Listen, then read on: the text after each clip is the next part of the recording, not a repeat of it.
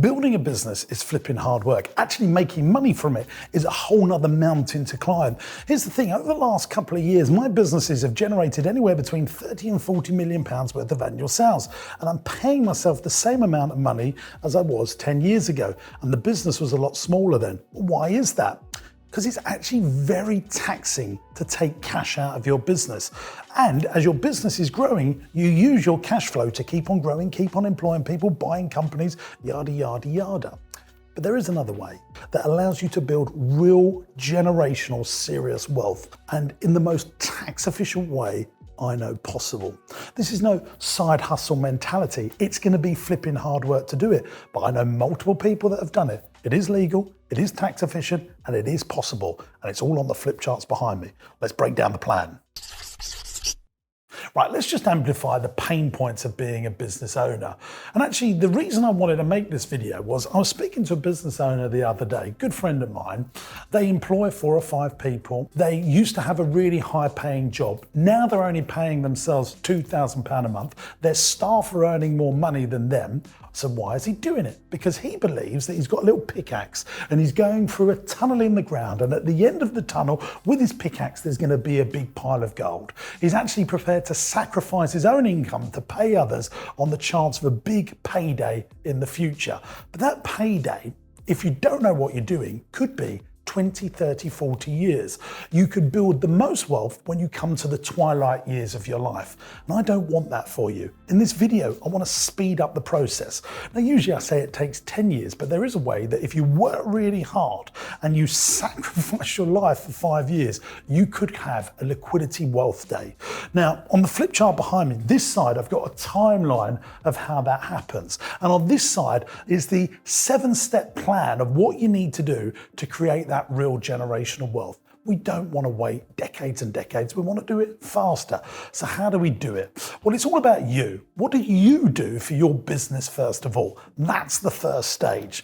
Well, most people operate their business. They're the manager of their business. And that's the first massive problem. You want to be the salesperson of your business, generating as many sales and cash flow as you possibly can, and getting that cash into the business so that you can grow profitability and then grow the business. So we want to spend 80% of our time generating cash flow and 20% of our time managing the business. And the real fact is, most business owners are to the way round. They're spending most of their time managing their business, and when they've got some time, they go out there and get more business. The best business owners that I've met spend lots of time making deals happen, getting sales in, getting contracts over the line. They're doing really good stuff that's generating wealth. So we need to flip the mindset first and become a person that generates cash flow. You're not the CEO of your business, you're the sales executive officer. It's certainly in the first couple of years of business, generating cash. Once you've got that over the line, you then realize that you need to be a brilliant marketeer. So first of all, you're a salesperson, then you're a marketeer. You're a marketeer of your business over being an operator of your business.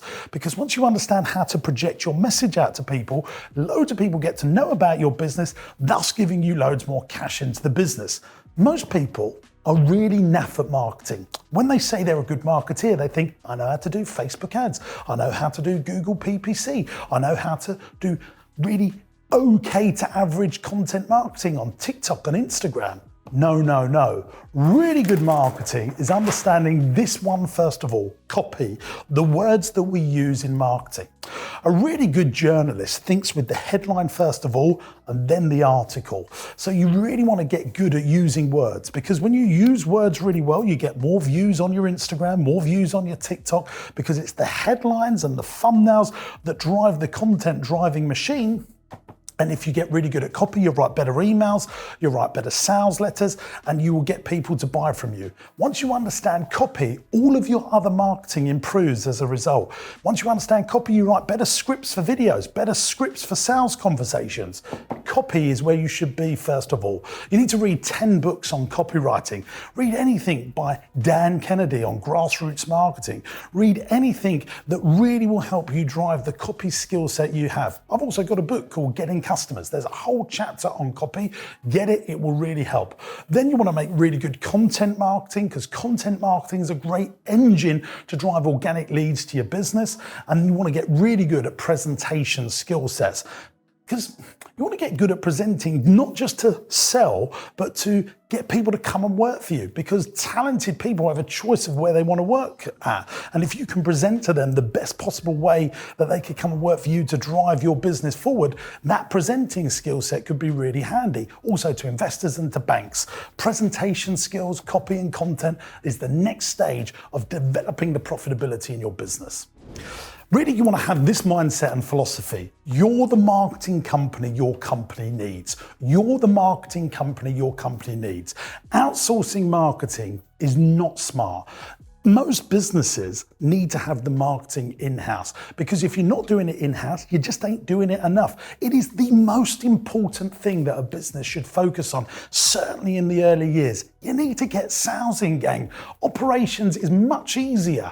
You can employ operations much easier than you can bring in someone that can generate £1 million worth of sales or contracts for your business. That's why the business owner should be focusing on this in the early years. You should be doing the impossible, not the possible. And so many business owners are so quick to outsource their marketing when they should do so much marketing in-house that they then need an outsourced marketing agency to help everything they're doing in-house. If you're not doing marketing in-house, you ain't doing it enough, and you ain't going to make the right money for your business. The third point is you're a deal maker. Now, a deal maker to get contracts over the line, to get tenders over the line, but also in buying businesses. Because buying businesses is the fastest way to grow your business in terms of size, getting economies of scale, but also growing the profitability in your business. So let's have a little scenario here. You build your business up. You're doing £1 million worth of turnover. You're helping yourself to £100,000 worth of profit.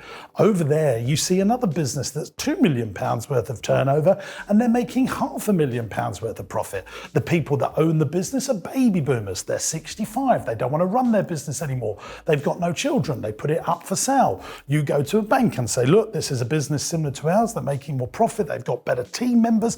We can take their team members that can help their business. They want to retire. They said that they will do vendor finance. I can pay them half the money over 5 years. The bank then lends you the money for the other half. You've completely self-financed the business, and your business now has their £500,000 worth of profit, your £100,000 worth of profit, and overnight you've got a £600,000 profitable business where there's probably loads of economies of scale, vertical integration, and a better management team. And actually, that's the biggest thing that we're going to learn in business. Building effective management teams is the fastest way to wealth creation, and I'll tell you why later on in the video. Let's look at point 4. You're now the head of recruitment. But let's look at what we've learned so far. You've become a master of sales, generating positive cash flow for the business. Then you become a master of marketing, learning great copy skill sets that makes your business so aware that everyone wants to give you lots of money. Number 3, you've learned the art of doing the deal so you can buy other companies, growing the profitability of your business just through organic methods and also by acquisition. This has allowed you to have more cash flow and build effective management teams. But now the business is growing more, you're doing more acquisitions, and you've got to get really good at recruitment so you can sack yourself. Because the discipline of building a great business is this: we're building a commercially profitable enterprise that works without you in it, so that when someone wants to buy it, they see value in the management team and not a business run by one key entrepreneur, that if that key entrepreneur disappears, the value diminishes overnight. So we've got to get really good at recruiting people. How do we do that? Yeah, we use recruitment agencies, we make content, we tell people how exciting our business is, and we get really good at finding the right people that are better than you. And that might mean you have to pay them more than yourself. But remember, we're looking for wealth creation here. How are we going to do it? That's all coming up later in the video. But one of the top tips is building amazing, effective management teams. It is the best investment that you can make. Think about this. People are prepared to put £50,000 into a vanilla buy-to-let property to make £200-300 per month positive cash flow. You could put £50,000 into a few salaries that you pay over a period of months, and that money could literally explode the value of your business because it's become a commercially profitable enterprise that works without you in it. Or you might pay people before you pay yourself because the value of the business with an effective management team at exit will seriously grow in value. More on that later. Point number 5, you understand the difference between slow pounds and fast pounds. See, fast pounds is the cash flow that your business generates. Think about this as a salary. You bring in a couple of £1,000 worth of salary each and every single month. You pay your council tax, you pay your mortgage or your rent. Most of it's gone by the end of the month. And that's very similar for a business. The business could be bringing in millions of pounds worth of cash flow. You pay the payroll, you pay the VAT, the business rates, if you've got any business loans, and there ain't much left. Now, what I've always managed to do in my business is make sure that I take some of my cash flow and rather than pay myself, invest it into slow pounds. Now, for me, that's been commercial property. So I open a day nursery. And then what I want to do is buy the building that the day nursery operates out of. Now, because I'm trading that business, the bank will allow you to put quite low deposits in. But after a period of 3, 4, 5, 10 years, you've paid so much of the loan down that you've actually generated yourself some paper wealth. This is what I call slow pounds. It's really important that the second that you can extract some of your cash flow into owning real estate that your business operates out of, you can really start generating some wealth. Not liquidized yet, you haven't actually got it in liquidity, but you've got it on paper. So you need to understand slow pounds v fast pounds. Yes, you want your fast pounds, your cash flow coming into your business, but you want to take some of your profits and put it into slow pounds as fast as you possibly can. And this is a good insurance policy because if the business has some tough times, you should be able to borrow off of your slow pounds to put some cash back into your business so that you can re-innovate and go again. So point number 5, know the difference between slow pounds and fast pounds and make sure you've got both campers.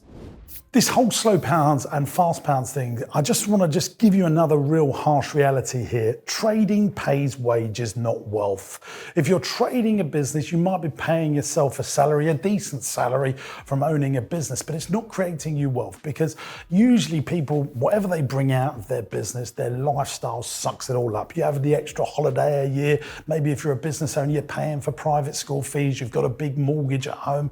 I don't know, whatever it is. And so that's the harsh reality. Know that trading pays wages and not wealth. Your wealth is created by the assets you buy and the value of your business. As we go on later on in the video, we're going to talk about how we can actually turn that into liquid, real cash in the most tax efficient legal way possible. It's coming up, don't worry. Number 6 is a liquidity date and a plan for it. You've got to have a finish date on your business. The whole point of selling a business is to make real serious wealth. I know so many people, once they sell a business, what they then go on to do, it's mind-boggling. The way banks want to help you, financiers want to help you, people want to invest in you in the best possible terms. It's like you've actually proven yourself as super successful once you sell a business. Banks call it this liquidity wealth day, and I really want you to have one. Not just because it's a mark of achievement, but it's the tax efficiencies. Here in the United Kingdom, say your business makes £1 million worth of profit and you want to pay yourself a dividend based on that hard work. Just rounding it up, you're going to pay roughly half in tax. But if you sell a business and make £1 million, as I'm recording this video, you'll get something called asset business disposal relief. And on the first £1 million in your lifetime, you'd only pay 10% tax. There's a lower rate of capital gains tax for selling your business. Then after that, it's only 20%. So you sell it for £1 million, pay £100,000 tax, draw a dividend and pay £500,000. That alone is going to make you so much more money. So that's asset business disposal relief. That's the liquidity day that we should be planning for. Well, how do we do it? Well, that's point number 7, gang. I've created a timeline blueprint that's on this flip chart that I want to show you what you should be doing, compressing everything we've learned on this flip chart into just 5 short years. Let's have a go.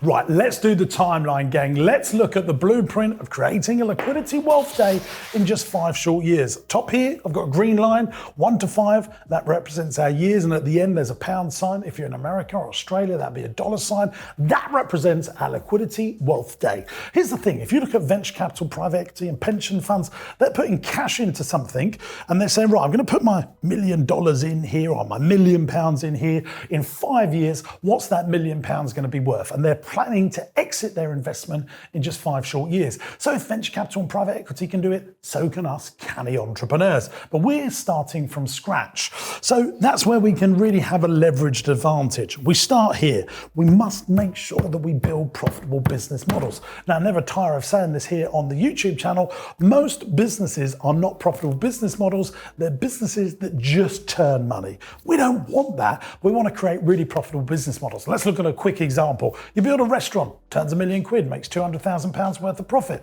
That's an okay model, but usually there's an owner making it all happen. It's very key man. If you look at another type of business, maybe a care home, turns £1 million, only makes £150,000 worth of profit. That business is way more valuable for investors to buy because they can scale it up and build 10 care homes under management much easier than restaurants. There's a number of reasons why. The customers are much more sticky in a care home. You sign a customer up, they stay for 4 or 5 years. Someone goes out for a meal, you've got to find another person to go out for a meal. A new restaurant opens in the town. Everyone wants to go and try that restaurant. Once a person's in the care home, they stay there. As long as you're looking after them, you've got them for a long time. So that gives you that different example of business models. And you know what? Even that care home that makes less profits, more people want to buy it than the restaurant in my scenario that makes more profits. So we need to find out what's a good business model. Go and ask a bank manager, what sectors do you like lending money to? And he'll give you a list, or she'll give you a list of 10 or 20 business models they like lending money into. And you then think, well, I'm really passionate about that one. I'll go into that. Because if banks like funding a particular sector, that usually means there's lots of buyers for that particular sector as well. That's a little top piece of advice here. So you found your profitable business model. Now you get really good at sales. You get really good at marketing, bringing in loads of positive cash flow into the business.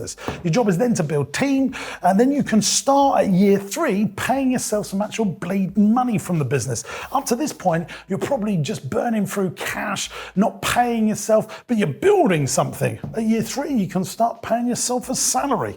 At year 4, you now start to engage agents to put your business for sale, and get really fussy about those business agents. Let me tell you from experience, there's terrible business agents and brilliant business agents.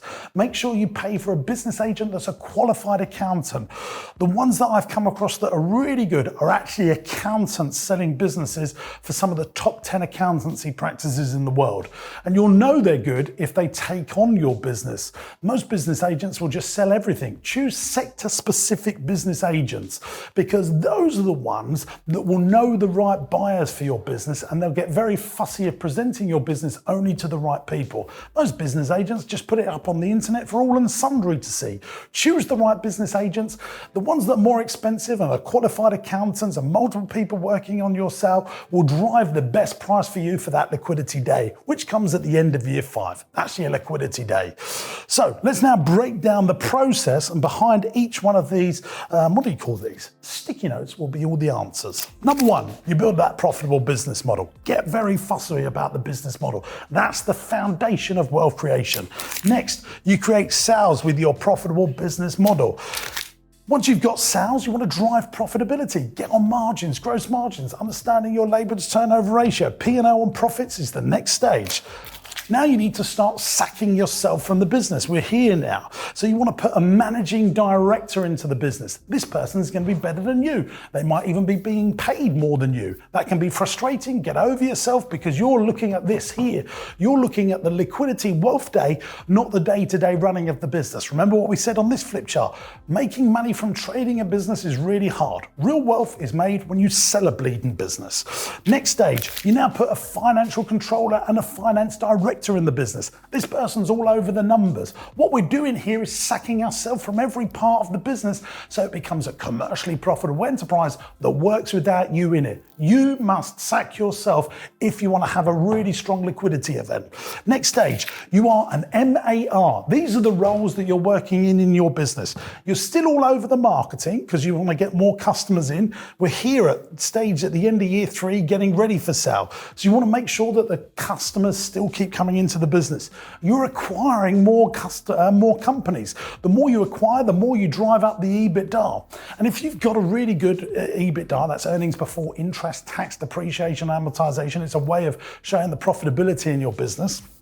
If you've got a really good EBITDA, the more you grow the EBITDA, the more the multiple for your sale of your business is. If you've got a really small EBITDA, you get a 2 to 3 times multiple. A really good EBITDA that starts getting 2 million plus, 5, 6, 7, 8, 9, 10 times multiple. So you want to be acquiring as many as possible to push up the EBITDA to help your liquidity event. And you need to be really good at recruitment. You're now recruiting this A team to run your business. And that's your role at this stage. At the end of year 3, you're marketing, you're acquiring other companies, and you're getting really good at recruitment. So that's acquiring over here, you're acquiring more, but also making a list of other acquisitions that you think the business should make if you had an unlimited amount of money.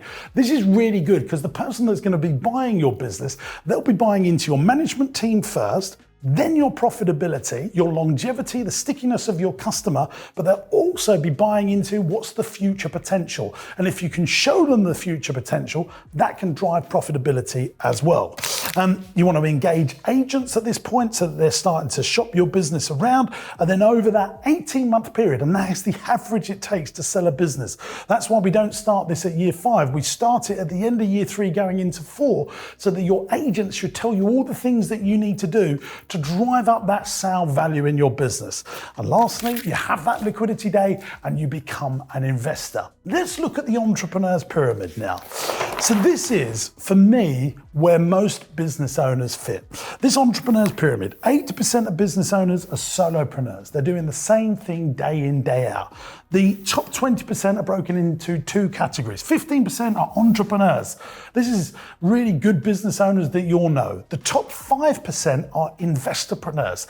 They know how to find deals, do deals, get sales, get good at marketing, and build businesses to sell. Entrepreneurs are very good at running businesses. Investorpreneurs are really good at running them, getting them ready for sale, even if they have no intention of selling them. Because building a business to sell is the best discipline that you can have on your business. So your job is to rise through this entrepreneur's pyramid. This is where I was. I was a magician doing gigs. I was a one-to-one selling time for money. Then I built an agency, and then I built a big business. And now I've been using the profits from my business that took 20 years to buy other companies, but really I should be thinking about selling a business one day. And once I do that, I become an investorpreneur.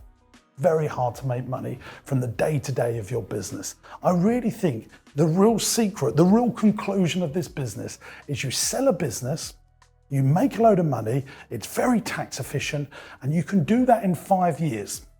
You've got to have a plan though. You've got to have a finish date. Most people are just doing the do. Every year they're on repeat, on repeat. Be smart, be like a venture capitalist, a private equity. Put a finish date on your plan and get your business ready for sale. Even if you don't sell it, I guarantee you'll be more profitable because you'll put all of this philosophy to action. If you're loving this YouTube channel, please hit me in the comments. What other videos would you like to see me make? Make sure you please subscribe to the channel. It helps more than you know. It massages my ego. Make sure you like the channel, and I'll see you in the next video to grow your business.